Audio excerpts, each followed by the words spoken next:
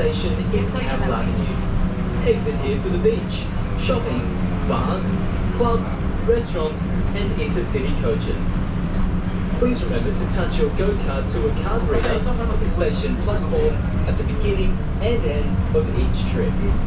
Please exit from the left-hand side of the tram in direction of travel. For your own safety, please use the pedestrian crossings to cross the road.